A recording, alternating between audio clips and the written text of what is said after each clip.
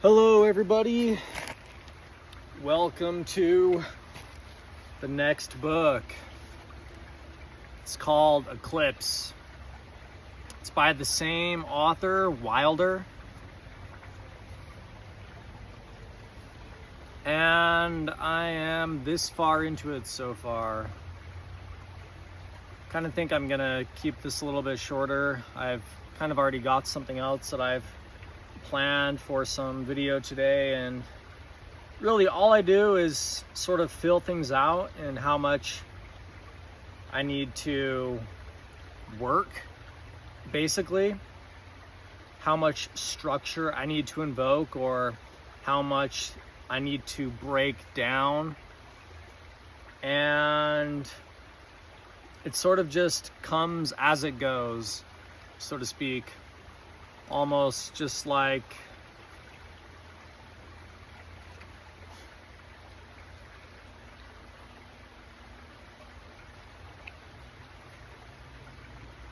falling is the only language we both understand, but when I saw hope in your eyes as I fell from the night, I couldn't tell if it was because I was coming or going.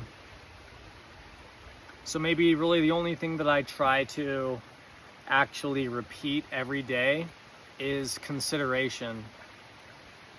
That whole idea that I'm giving myself and everything else around me the time to process what I'm doing, so that changes themselves can be made in the moment. And not only changes which invoke direction, but reflection, which can take us back. And I think that it's in doing things such as that I can sort of create a stronger web in my life, which is sort of like my geometry, my aura, so to speak.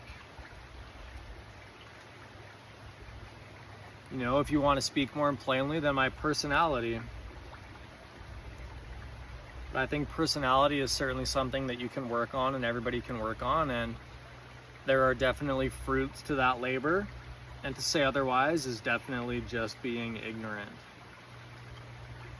or stubborn, whichever word you want to use. But the portion of this book that I kind of want to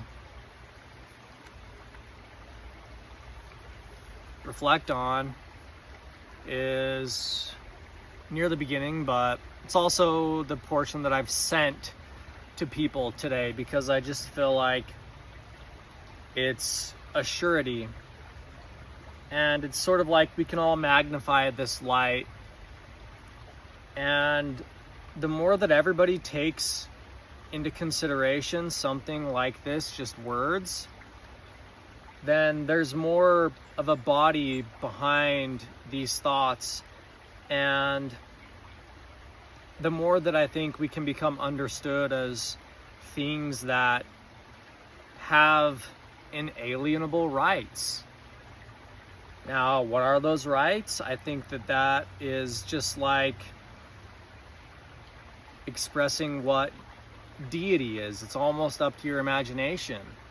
But as long as you can provide sound reasoning and have something with enough weight for you to define your character, whatever your character is, maybe it's a fleeting one, just like some elements on the periodic table. But just know that eternity is held in a moment, and if you have to sort of, you know, stand up for yourself, then do it, just knowing that you found yourself, because once you found yourself, nobody can take that away. Maybe each life is like trying to figure that out. But here is the section that I read. It goes, "You make me want to live in the moment, because I see how life can pass all of us by in an instant. And when you're standing next to me, all I want is this feeling to last forever. So I will take my time loving you in this lifetime and the next. Because if I've learned anything at all, it's that you should never rush something that you want to hold on to with all of your heart. The truth is, none of us know where we will find love. It shows up unexpectedly on a Saturday afternoon in aisle 7 at the grocery store, or at the park in the middle of a summer day. Love finds us when we stop waiting for it to be the hero of the story. It shows up when we let go of the expectation that love from someone else is what we need to be happy. Love will find you when you stop looking for it in the person standing in front of you before you've found it yourself. Now, the reason that I love this is because it just gives you time. And the author in this case has made things different enough that you don't feel like somebody is repeatedly trying to send you a message and it's from a character that doesn't have much character. It feels like they're being personal, but they're also allowing things to be interpreted at the same time. I mean, it mentions us as the reader, which can invoke a certain sense of connection and us trying to long for and hope for these things. But then it gives us the choice of finding whatever it is at the end. And I think that there's one more place that I really wanted to mention here. If I can find it really quick.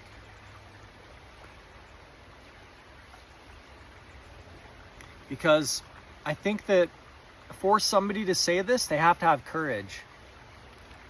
I think that saying something like that is a courageous act. Because I think you're sort of giving yourself up. You're sort of saying that I don't necessarily know what I'm feeling,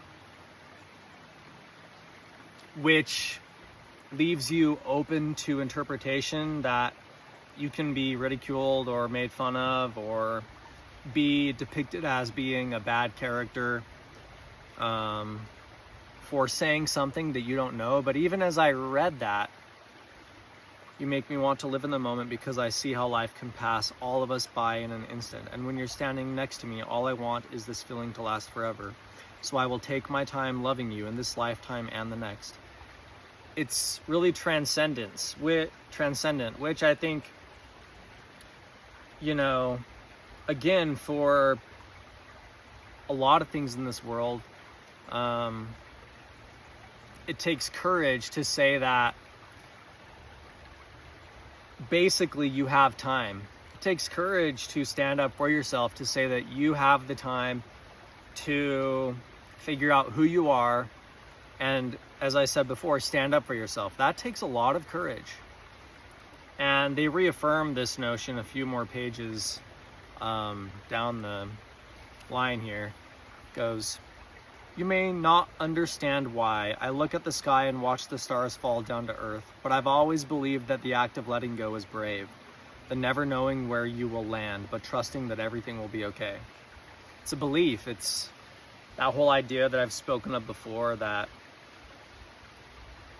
belief is sort of this essential thing that all things become reduced to. And it's your ability to have belief that allows you to be something small and mighty at the same time. The stars in heaven, from our perspective, they look like just little pinpricks, no bigger than a hair, you know, if you hold it up prospectively in the sky at night to see these things that shine so bright. And I think it's in your ability to sort of maintain your character, which is holding on to that belief, you know, that essentially can lead to the idea of somebody recognizing life. And I think it's hard for a lot of people to recognize or life, or the even more basic thing to say is to listen.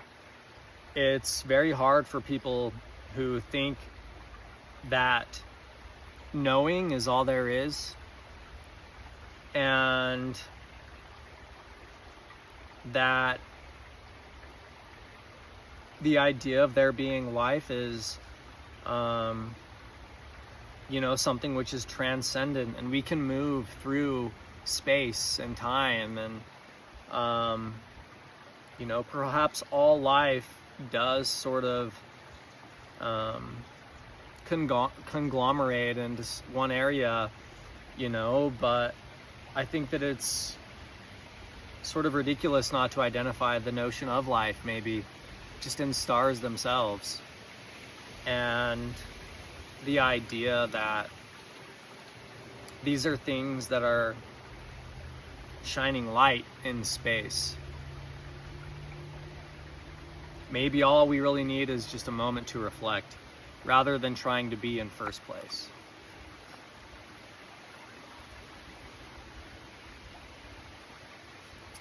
But something else that I just wrote as well, getting on to what I'm going to be talking about later today, is that life is in giving things the chance and the idea.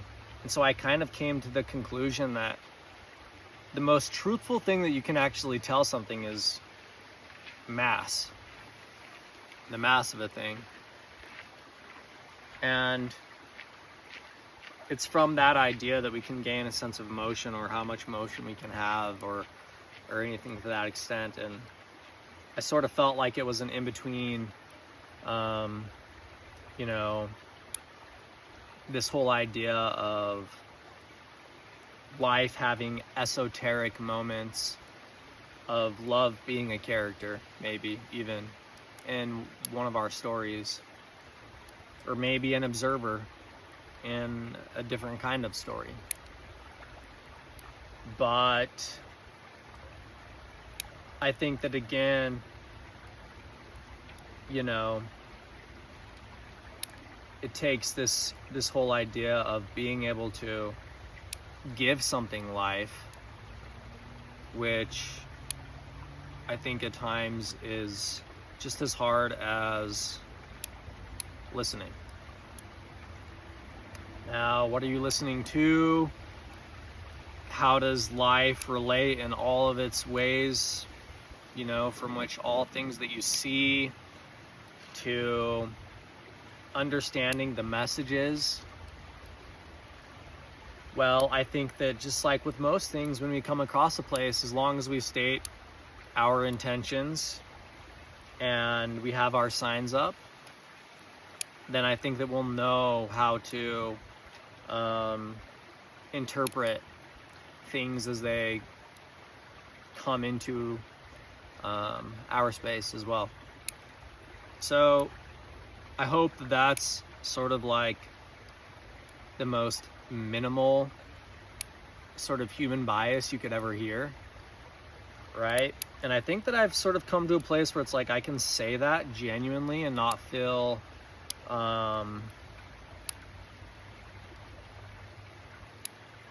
like I'm saying too much, or I'm not saying enough, is just by the manner in which I've approached this whole thing, So, in a manner of speaking, it's just me.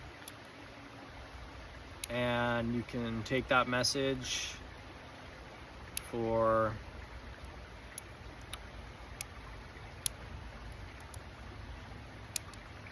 as much time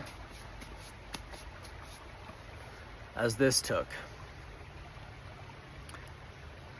So anyways, guys, see you in the next one.